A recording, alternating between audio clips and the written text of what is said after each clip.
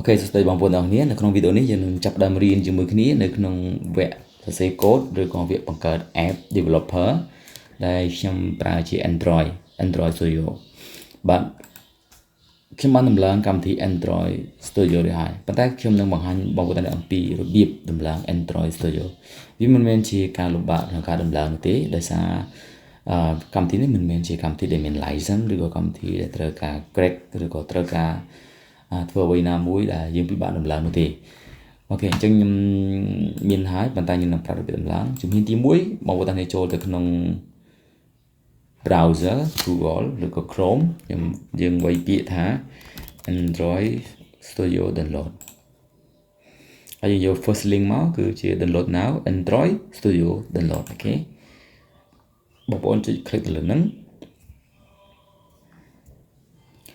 គេនេះគឺជា website official របស់ Android Studio Developer អ្វីដែលបងប្អូនគួរតែធ្វើយើងចុច download នៅក្នុងហ្នឹងមក download Android Studio មើលកាត់បាទហើយយើង scroll down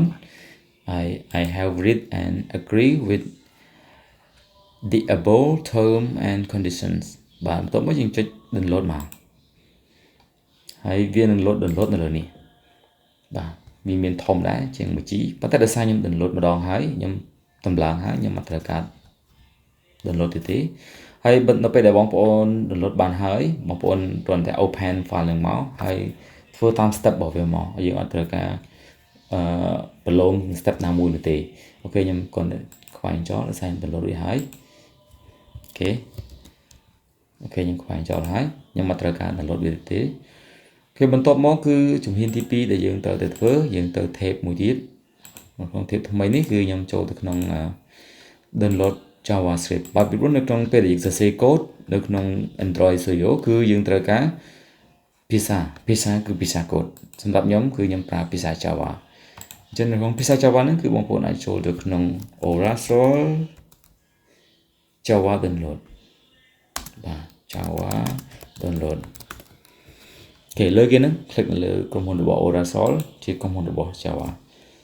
តបមកយើងចុះមកក្រោមមកបាទសម្រាប់បងប្អូនដែលប្រើសប្តាហ៍វាមានដល់ JDK 24ហើយបងប្អូនគាត់តែខ្ញុំសម្រាប់ខ្ញុំប្រើ23អត់អីទេ24 23គឺស្តៀងគ្នាទេយើងអាចប្រើបានជាមួយគ្នាទេបងប្អូនគាត់តែឈរនៅក្នុងចុចទៅលើ Java JDK 24ហើយបើសិនជាបងប្អូនប្រើ Linux បងប្អូនអាចឈរនៅ Linux ប្រើ Mac OS យើងអាចឈរនៅលើ Mac OS សម្រាប់ខ្ញុំ Windows បាទ Windows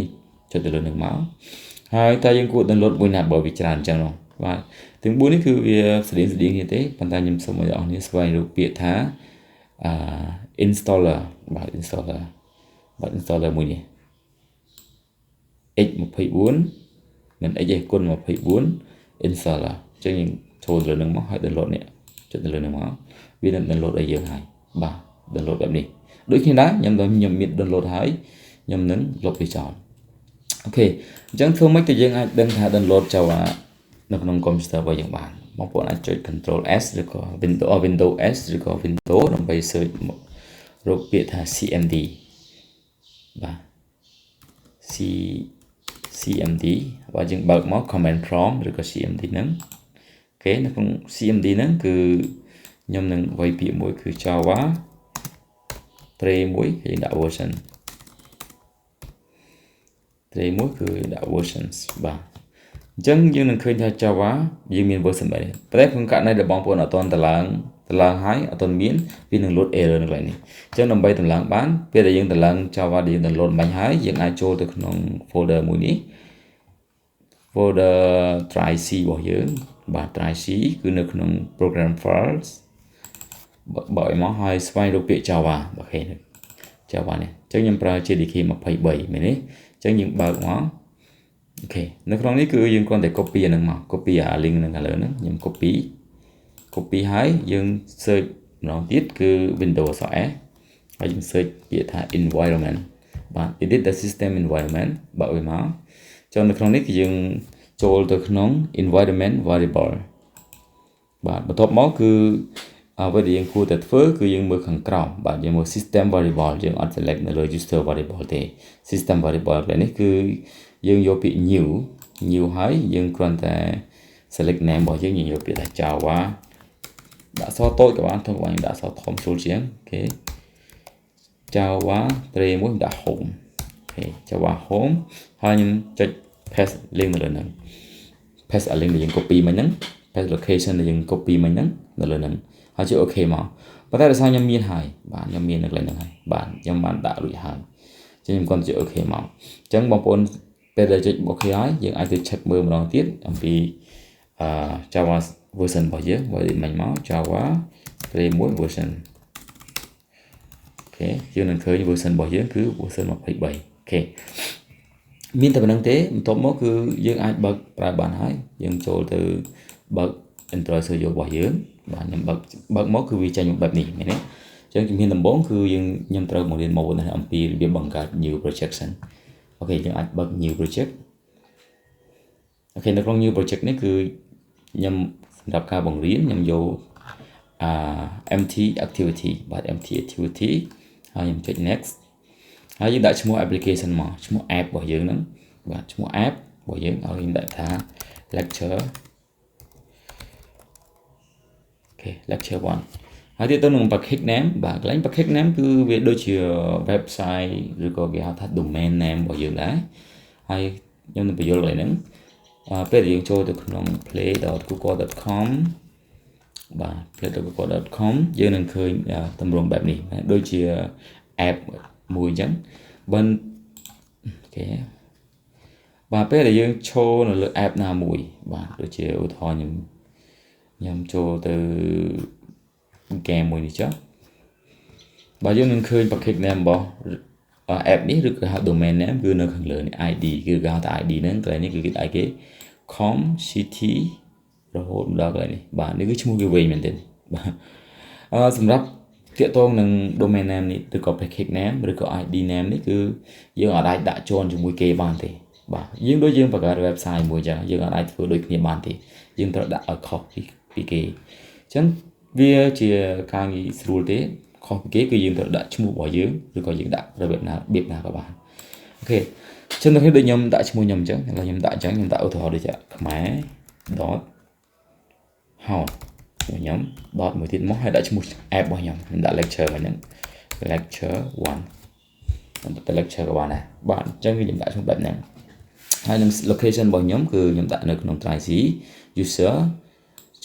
computer របស់ខ្ញុំហើយនឹង Android project ជាមួយ lecture 1ហ្នឹងឯងតបមកគឺ minimum SDK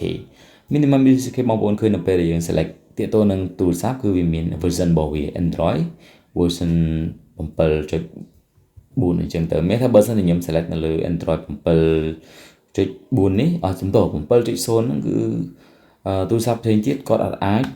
ប្រើរបស់ខ្ញុំបានទេដែលទៀតហ្នឹង version ទៀតហ្នឹងនៅក្នុងទូរស័ព្ទយើងអាច select បានបាទនៅក្នុងទូរស័ព្ទខ្ញុំនឹងឧទាហរណ៍យើងដឹង version វានៅកន្លែងណាយើងអាចចូលក្នុង setting បាទនេះគឺខ្ញុំប្រើ Oppo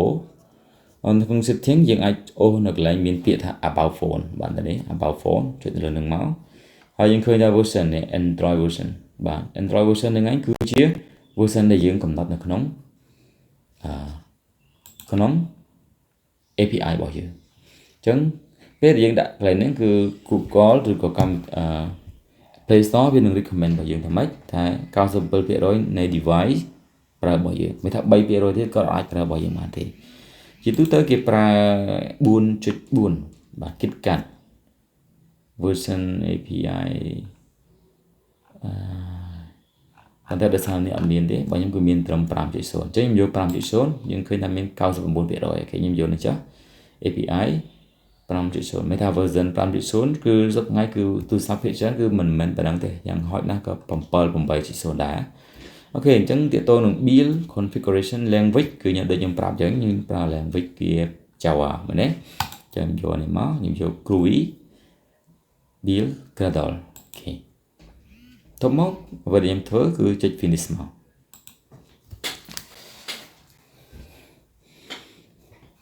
អូខេបន្ទាប់ពី finish ខ្ញុំនឹងទទួលបាននៅ window បើកនៃកម្មវិធីថ្មីរបស់ខ្ញុំ load បែបនេះរងចាំវាបន្តិចពេលដែលយើងបង្កើត app ថ្មីណាមួយគឺវានឹង load យូរបន្តិចដោយសារវាត្រូវ download SDK download JDK ហើយនឹង download source មួយចំនួនពី Android Studio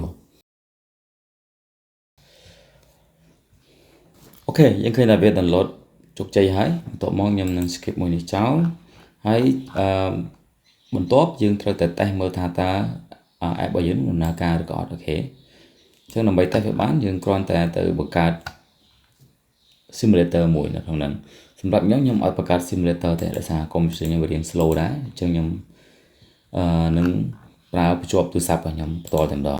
នៅក្នុងវីដេអូក្រោយខ្ញុំនឹងបង្ហាញបងប្អូនអំពីរបៀប pair device using Wi-Fi ឬក៏ pair device using USB តែដល់នេះខ្ញុំភ្ជាប់ហើយគឺភ្ជាប់ចេញមកបែបនេះមែនទេបាទនេះគឺជាទូរស័ព្ទដែលខ្ញុំបានភ្ជាប់រួចហើយអញ្ចឹងខ្ញុំនឹង run app របស់ខ្ញុំដែលខ្ញុំទៅបង្កើតថ្មីហ្នឹងឲ្យវាចូលមើលនៅក្នុង device ហ្នឹងតែម្ដងអូខេអញ្ចឹងដើម្បីធ្វើបានយើងគ្រាន់តែ select នៅលើ device ហ្នឹងយើងចូលឈ្មោះមកសម្រាប់របស់ខ្ញុំគឺ Oppo ឈ្មោះ name Oppo ហ្នឹងហើយយើងគ្រាន់តែចុចនៅលើហ្នឹងមក run app ហើយយើងចាំមើល app ហ្នឹងវា load មកលើ computer របស់យើងសំទោស device របស់យើងបាទយើងមើលនេះវាកំពុង run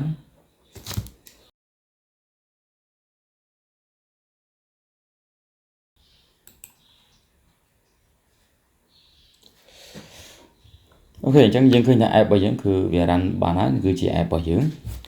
ចឹងវាអត់ទាន់មានអីទេបាទវាប្រហែលជានៅបាទមួយនេះបាទបងឃើញគឺ lecture 1បាទអត់តែមាន logo អត់តែមានអីទេជា app ថ្មីដែលយើងតតែបង្កើតទេ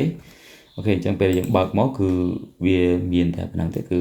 Android Studio ដោយសារអីយើងមាន tick មួយតែហ្នឹងទេបាទគឺនៅក្នុងនេះបាទនេះគឺ Android Hello Android បាទHello Android អូខេអញ្ចឹងនៅក្នុងវីដេអូបន្តខ្ញុំនឹងបង្រៀនអ្នកនាងអំពីចាប់ផ្ដើមដំបូងនៃវាសរសេរកូដហើយនឹងចាប់ផ្ដើមវាដំបូងនៃការបង្កើត app អូខេនៅក្នុងវីដេអូនេះគឺមានតែប៉ុណ្្នឹងទេអ្នកនាងអាចរៀនបង្កើត app មួយដំបូងបានវាអាចជាចំណាយពេលយូរបន្តិចពេលដែលវីដេអូក្រោយយើងអត់ចំណាយពេលយូរជាងទៀតទេបាទអរគុណច្រើនសូមព្រះប្រទានពរ